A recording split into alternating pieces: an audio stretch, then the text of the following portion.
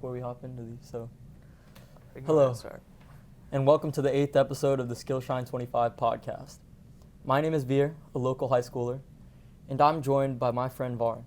Today we're speaking with Mr. Robert Folk, who's been a part of the Charlotte-Mecklenburg school system for majority of his professional career, serving as a dean of students, moving into a more administrative role as a principal for a local middle school, and into his role now serving as a principal of one of the largest public high schools in North Carolina.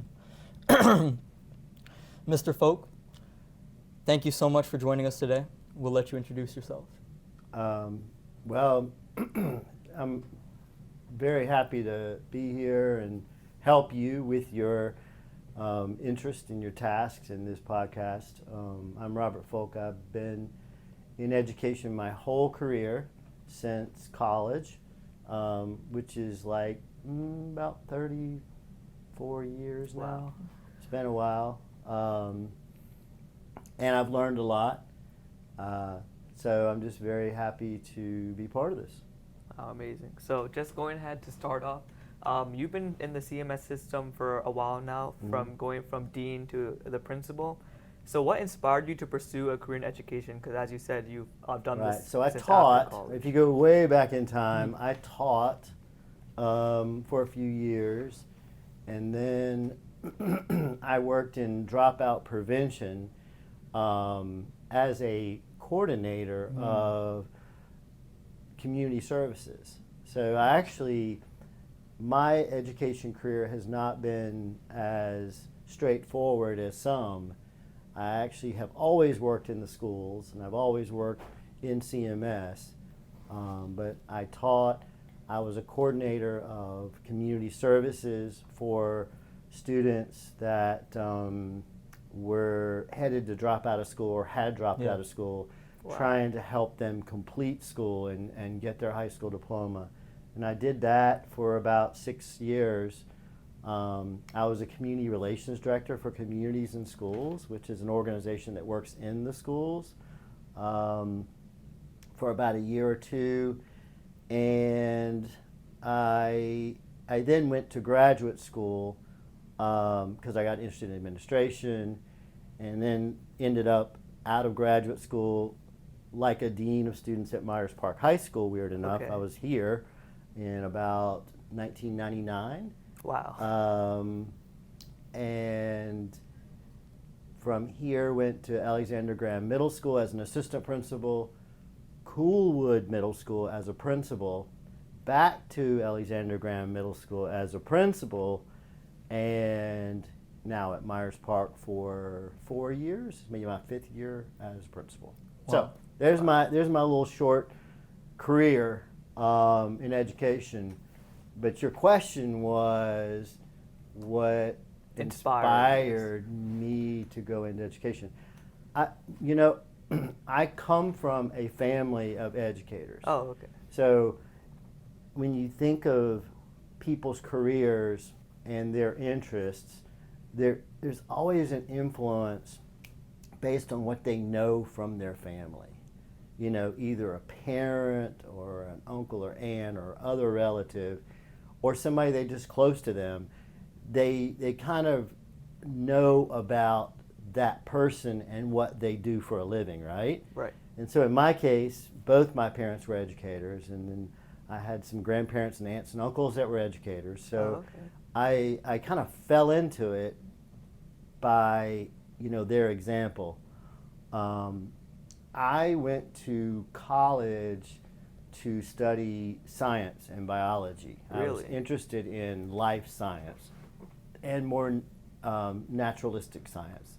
So I was a science major for a while and was looking at veterinary medicine. Oh, really? I was interested in animals since I was very young, and did a lot of work with animals, rehab and other work with animals, mostly wild animals, even though I had domestic animals at home as well. And through that experience, I worked for a veterinary clinic in college, and worked for the Charlotte Nature Museum here in Charlotte when I was home for the summer. And what I learned is I didn't want to be a veterinarian. I didn't find the veterinary work to be that exciting or that interesting to me, but I did love working with animals. So I think I figured out over time that it was the behavioral part that I liked more than the actual medical part of working with animals. And that's why I enjoyed nature so much. So somewhere along the line, I figured I didn't want to be a doctor, didn't feel like that was my career path, or a veterinarian in that case. So I got into sociology, psychology, got interested in those subjects, took a lot of courses there. And I think the shortest route out of school at that point, since I had explored all these areas, was education, because I had enough coursework in science, sociology, psychology to branch off and get a bachelor's degree, Bachelor of Science in Education, and then concentrating in science and health education. Yeah, I think you're actually a perfect example of what we're trying to accomplish with this podcast. Yeah, I didn't know what I wanted to do. You didn't know what you wanted to do, and you got some experience in the fields that you had interest in. Correct. And you found out that, hey, even though I'm interested in this subject, this profession isn't actually where I want to be. Yeah. And that's honestly the problem we're trying to mitigate at a younger age. Figure out, hey, if these students get that professional experience at a younger age, then you want some advice. How do you figure out what you want to do for your whole career? Yeah. You know, today, a lot of people do not spend 30 or plus years in one area or one career. That is not probably typical with your generation. Moving forward. It was pretty typical with mine and generations before me.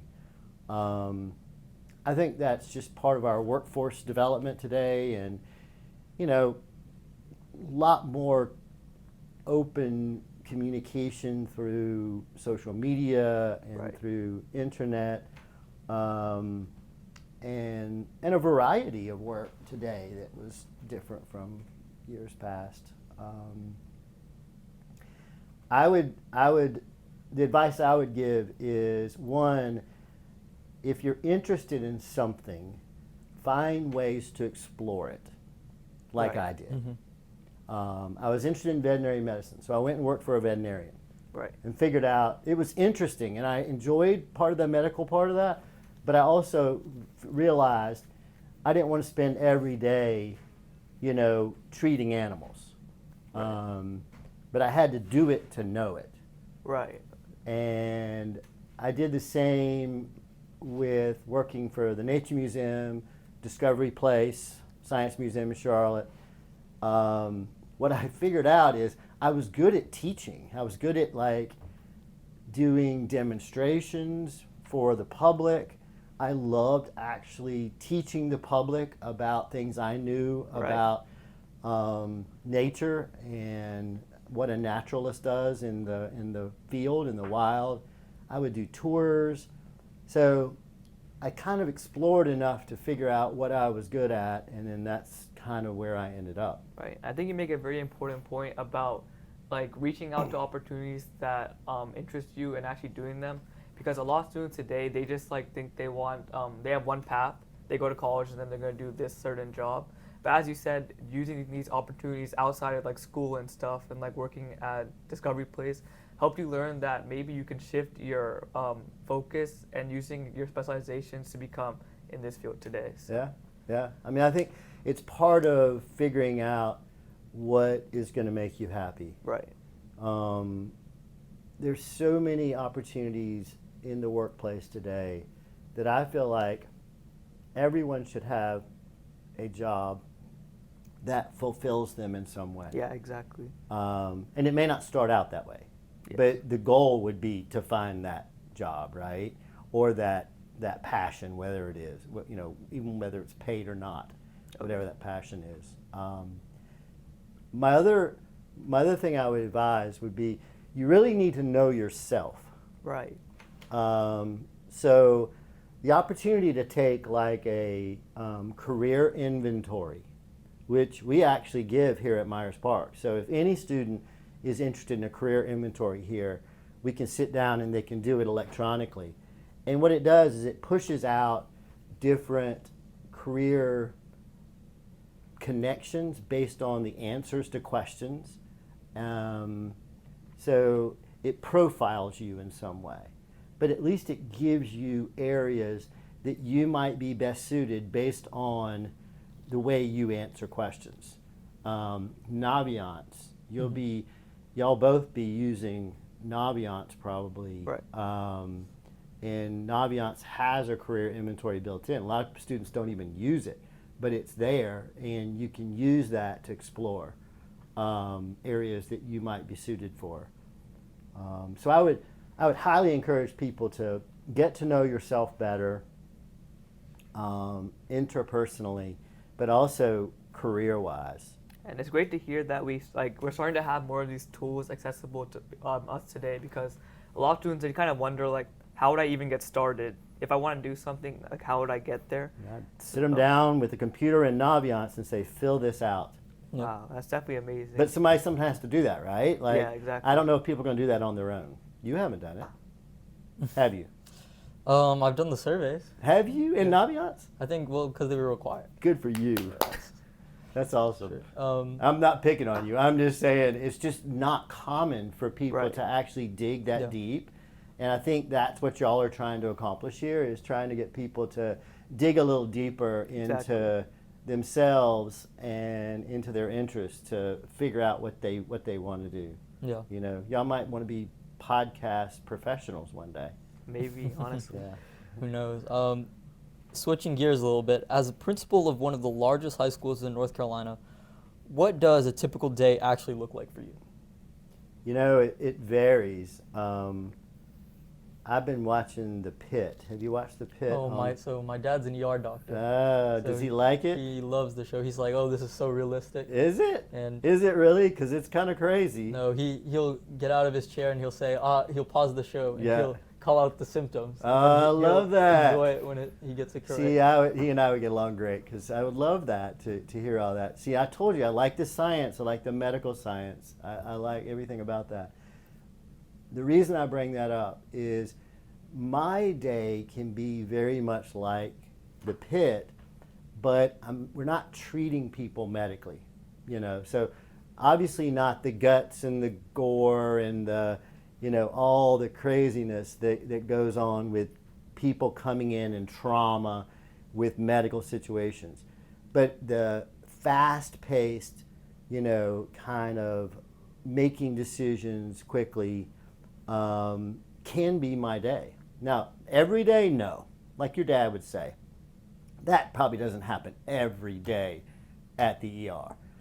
But you have to at least know how to pivot when you have to make decisions. So most days for me have to do with, you know, student needs, family needs, staff needs. And those can vary. They change day to day. Just Right. like in the ER, what comes in the door changes every day. So that's the exciting part for me. Some people wouldn't like that. I like the change. I like the difference. I like the challenge. But so most of my day is around how to make sure over 200 staff members have the same vision and are performing the same work at a acceptable level every day. Yeah. Now I have a lot of people that help with that, so it's not just me, it's a teamwork effort. But you see me out at lunch. No, yeah, absolutely. So how do I make that happen, or how do I know it's happening?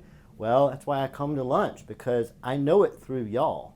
Mhm. Right. That's how I know. I can ask you questions and you'll tell me the truth. You'll tell me, you know, if there's a teacher that you just think is amazing in how they approach teaching and what you get out of that class, you're going to tell me that. Mhm. And then the opposite of that, you're going to tell me as well. So that's, you know, without getting into a lot of specifics, that's kind of how my day operates. Wow. Yeah, I mean, like you said about the pit, do you feel that school almost has seasons, like Mhm. doctors have seasons, Absolutely. right? Like, when you have exam seasons, is it almost a different beast Yeah. than when it's Just like earlier right in now the in year? the summer, it's so quiet right now, and I feel like I can think and I can plan well and I can prepare for the unknown and the known. We've got a new system we're working on, Infinite Campus, and I've got time to really learn that. So this is a good quiet season. But Mhm. we both know the minute teachers get back on August 18th, it's busy. Yeah. And I'll have people in and out of my office with different needs. And, you know, some of those needs I can meet immediately on the spot, and then some of them I have to table to say, let me get back to you on that. I've got to work on a few things to make that happen, right? But meeting everyone's needs is important, because those teachers or those staff members probably cannot do their best work if some of those needs are not met. Right. And most of the time we can meet them if they're reasonable, right? Now when students come back on the 25th, then it's a whole nother level, right, of dynamic, where you've got teachers with needs, you've got students with needs, you've got families with needs. And so it with 3,200 students here, you can imagine how busy that gets. Right. Mhm. And so my job is to, it's kind of like to use a musical analogy, it's like a orchestra leader, you know, a conductor. So I'm kind of conducting, you know, and making sure that everyone is playing in tune, right, in sync, and the music is quality, right? So that's kind of my job as a principal, even though I'm not afraid to play myself, Right. you know. So as we can see, I'm guessing patience is something that's probably Mhm. needed for your profession with A everything lot. going on. Mhm. But do you have like any mistakes that you made in earlier in your career that taught you how to be patient, or any lessons that you Yeah, had? I mean, I think first we have to acknowledge that no matter what profession we're in, mistakes are a way of growing, Right. right? So if you don't make any errors, you will never grow. Right. And the reality is everyone makes errors. Right. We're not perfect as humans. I think where I have found the most growth is listening to people, versus judging, versus reacting, versus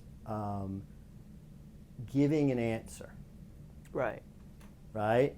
So in my world, I have to have a really good bedside manner, to bring the medical back into this, right? And my bedside manner needs to be one where people know I care and know that I will listen to what their needs are, Right. or what their wants are. And then my job is to try to meet those in some way.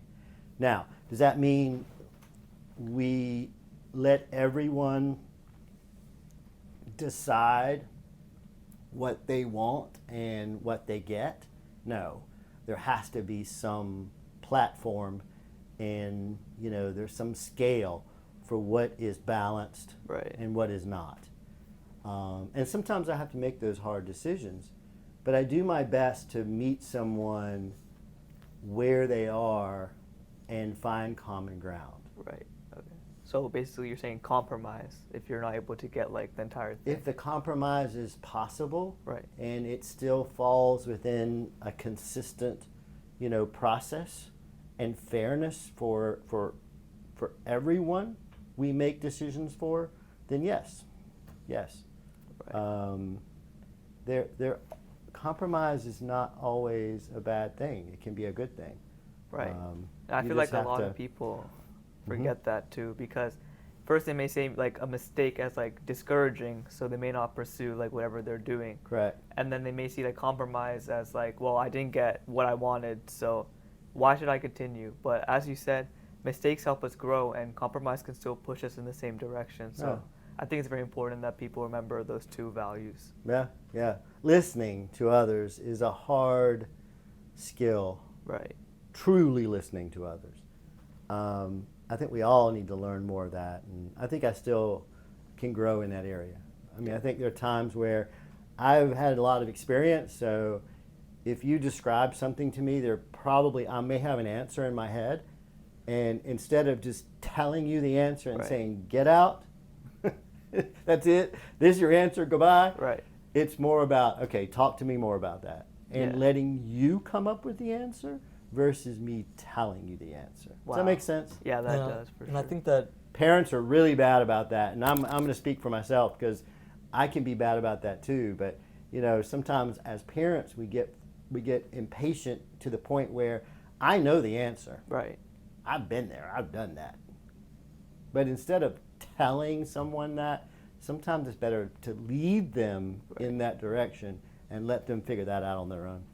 And I feel like your shifts in careers or career growth has also helped you along the path. Like you said, you started out teaching, then went into dropout prevention. That's a whole different way to look at these students, right? Before you were just trying to get them the knowledge, trying to get them to finish the class, pass the class. Then you go and see, hey, there's a deeper level to this. These kids are thinking in a different way. And then going further down the line, now you're starting to see it's not just the kids, it's the administration as well. And I think that over time that has led you to the role where you're at today. Yeah, it's definitely a journey. And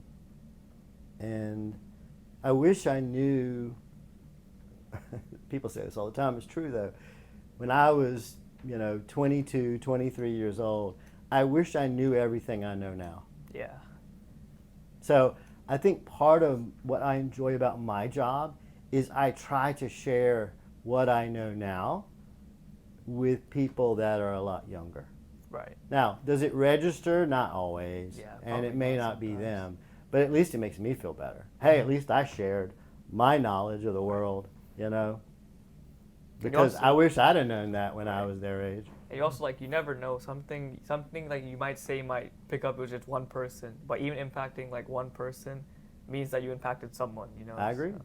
I agree. And then kind of like talking about, as we said, like you've had a very diverse career in education.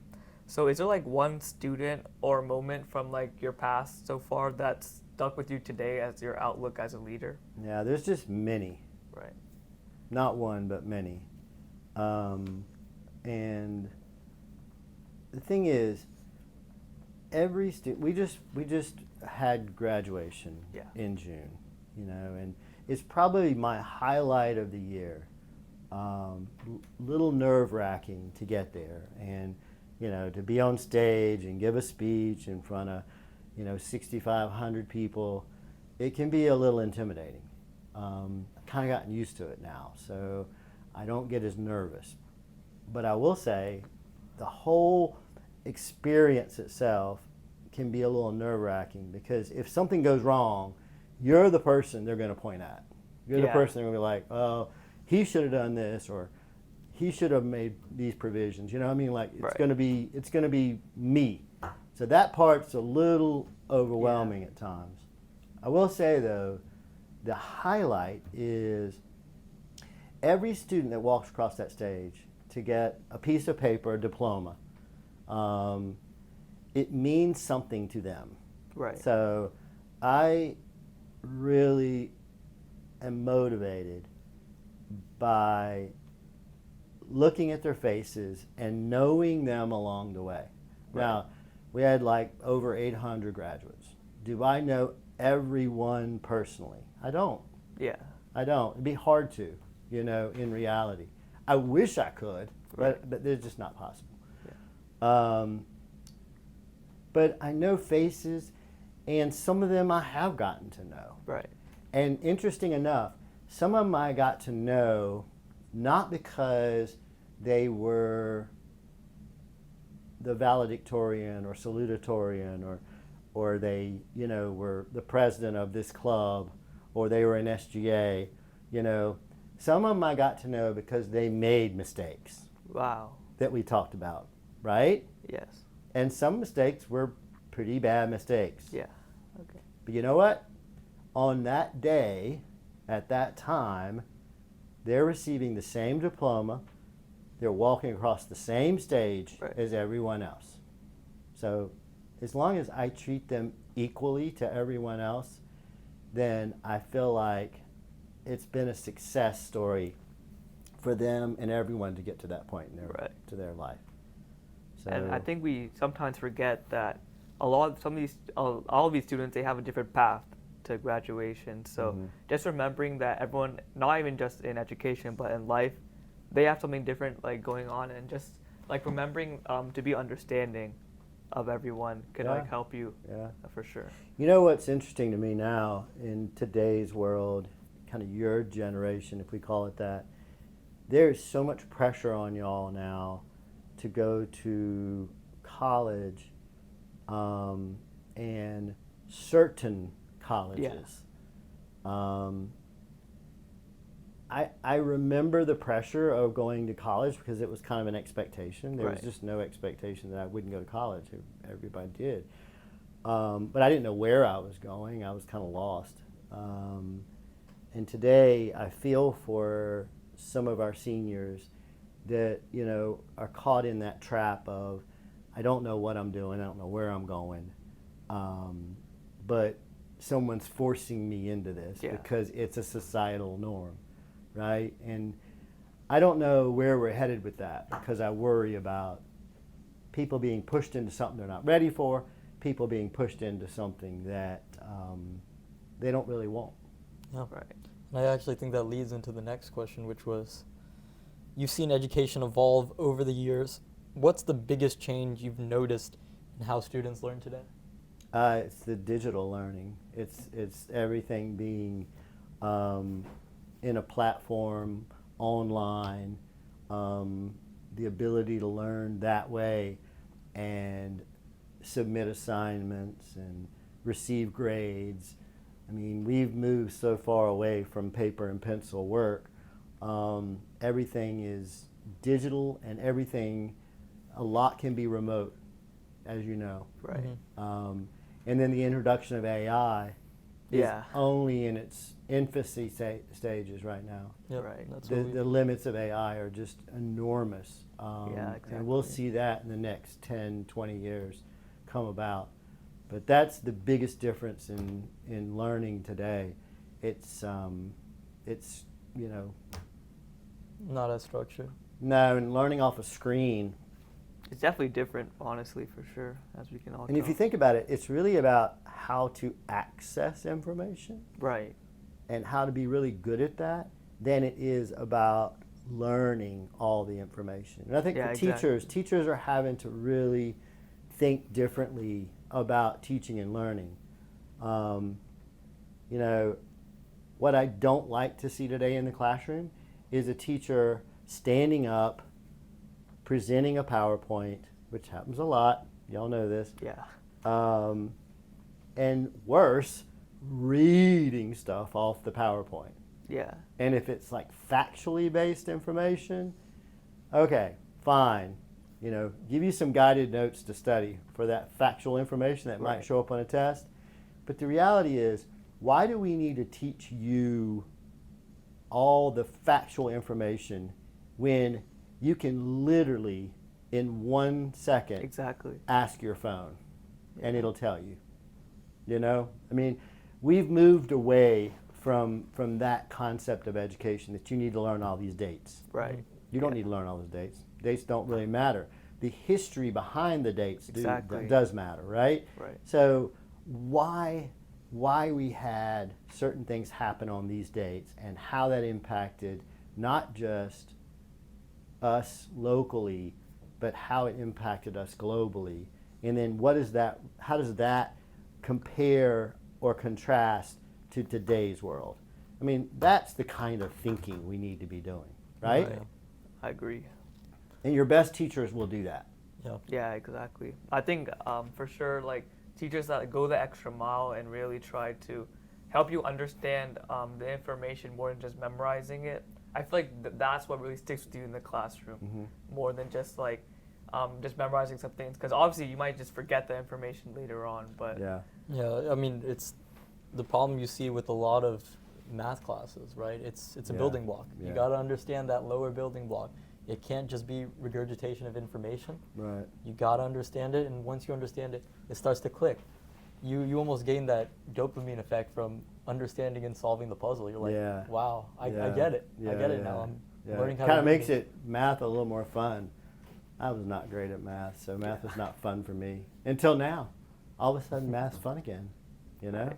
it's weird. I think it's really just the mindset you have going into these classes. Like, if you're like, you would say like you think you're bad at some class, but necessarily you don't have to be bad at a class to improve. It's just like No. changing your mindset to like, hey, I can really get better if I just try more or put more effort. It's behavioral. Right. as That's you why said. I got so interested in. I was really interested in animal behavior, Right. and I kind of converted that over to human behavior. Although I can say today that I think I like animals better than I like humans. You know, a lot less baggage, right? Yeah. It's the behavior behind how we learn and what motivates us to learn more. Right.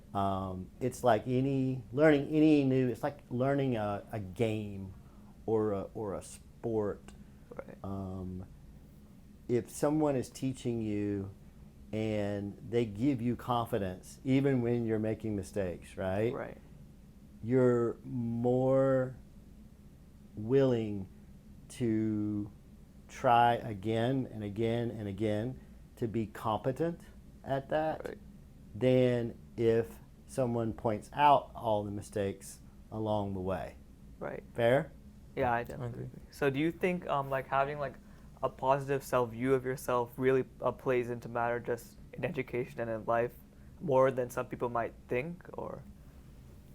I mean, I don't think this would be a good place or profession for people who are negative. Right.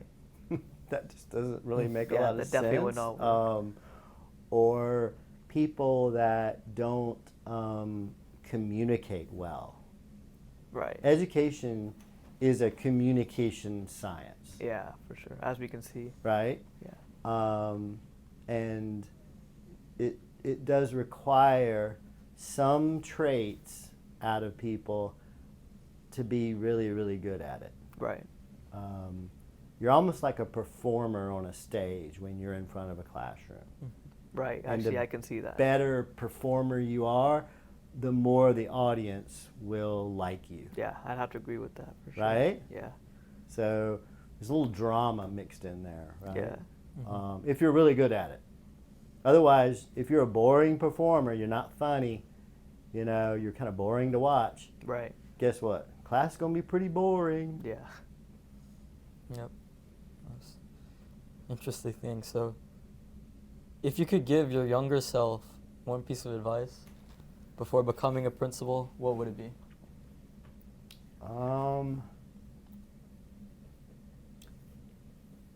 I think to be patient. Right. Which is definitely the lesson of today. as we can Yeah, see. I think I was impatient, you know, when I was younger, and I, you know, probably a little impulsive. Right. Okay. Kind of goes with the age group, but Yeah. you know, just things do not always happen when you want them to happen, Yeah. and that frustrates people. Yeah. So in your career, even if you have found the career that you really aspire to develop in, you still got to have patience along the way. Right. You know, using kind of a medical analogy again, you don't graduate med school and become, you know, a doctor in a specialty area overnight. Right. There are steps you still follow along the way to get really good at what you're doing. Every profession is somewhat like that, right? Right. Whether you're an HVAC technician and you've done the book work, but you've not done the site work, Yeah. and you walk around with someone more experienced to learn the nuances of how to fix problems with HVAC. Mm-hmm. And whereas you might think you're smart by doing all the book work, there are always things that you didn't learn in the Right. classroom that happen on the job. And you can say that about pretty much every profession, and education's certainly like that. Right. So learning to be a principal of a school in this capacity, I've had to have a lot of experiences along the way, mentors that gave me advice, mentors that told me to back off. Wow. when I needed to back off. Right. And now it's interesting because I guess I'm now that person sharing that with others. Right. So it's like a full circle moment, honestly. It is. It is in many ways. So it makes me kind of sad, you know. I want to start all over again. Yeah. Oh, you could. Or actually do something different, you know. Really? I'm going to retire and do something different. Maybe. I mean, everyone wants change. Going back to what we said earlier about the senior architect for GM, General Motors. Yeah. He's told us, he said, he gets bored with what he does. Yeah. And every few years he likes to switch it up, Yeah. change the company, Yeah. change what he does. And It's gets a true whole new though. outlook. It's true because here's the thing, you actually get pretty good at it. Right. And you know what to expect. And so for people that like variety, it does get a little boring. Mm-hmm. My job's not boring though. Yeah, As I long mean- as I spend time with y'all and Right. students, keeps it lively. It does not get boring. If I had to sit at my desk all day Yeah. and push a bunch of paperwork around electronically, I would be bored to tears. Right. I think it's great that you talk about being like adaptive, because a lot of people, they think like I'm going to do like just one thing for my entire life or just like have one path, but it's really important to know like if you're getting bored with something, it's okay to just like, switch it up. Yeah, Because that's what really makes like life exciting. It's just yeah. constant change and learning how to overcome. Find a new hobby. Right. You know, even people that jobs can be a little boring, Yeah. right? That doesn't mean they can't have really fun, cool hobbies. Right. Mhm. So, what do you look for in a student who truly stands out? Not just academically, but as a person. I like to see a student who works on understanding themselves, which we talked about earlier, understanding others, and a student who is really grounded in a lot of ways. Mhm. Like they're willing to take risks when needed, healthy risks, but Right. risks when needed. They're willing to adapt to various situations and people, and and they're not afraid to try new things. Right. I do value integrity a lot, and integrity comes from kind of behavioral science of the behaviors we have, and like for instance, are you an honest person? Right. Do you accept and acknowledge your faults or your mistakes or your errors, right? Do you treat others with the respect that Right. you want to be treated with? I mean, these are some behavioral things that can lead to what we call integrity.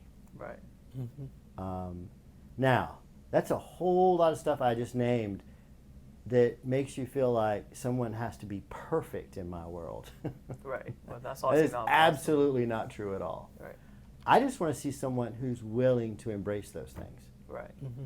Do I think they're going to be perfect and do all that exceptionally well? No.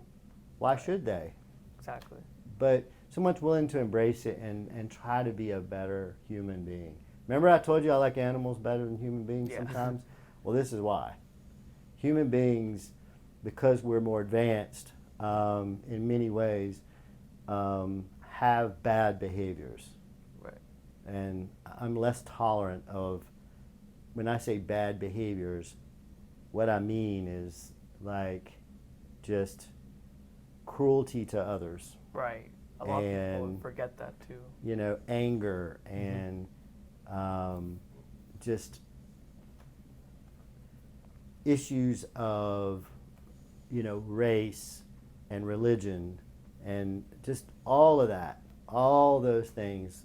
There's so many bad behaviors in Yeah. our world and thoughts that I'm less tolerant of that. Right. That's definitely understandable too as well. And I feel like a lot of people forget like some a student that's in school may be like a completely different person outside of school, but Yeah. I think we should all remember like being a student doesn't just mean like in an educational setting. You can really just be a student of life as well. So like combining everything you said, I think we could all apply that to our daily lives as well outside the school. Yeah. Yeah, I think so. Mm-hmm. Well, on that note, I think we can go ahead and wrap up this interview. All right. So, Thank you so much, Mr. been great. Robert Folk, principal of Myers Park High School. Awesome. Thank you so much for your Awesome. time. Awesome. Thank you, It's sir. been great talking to y'all. Thank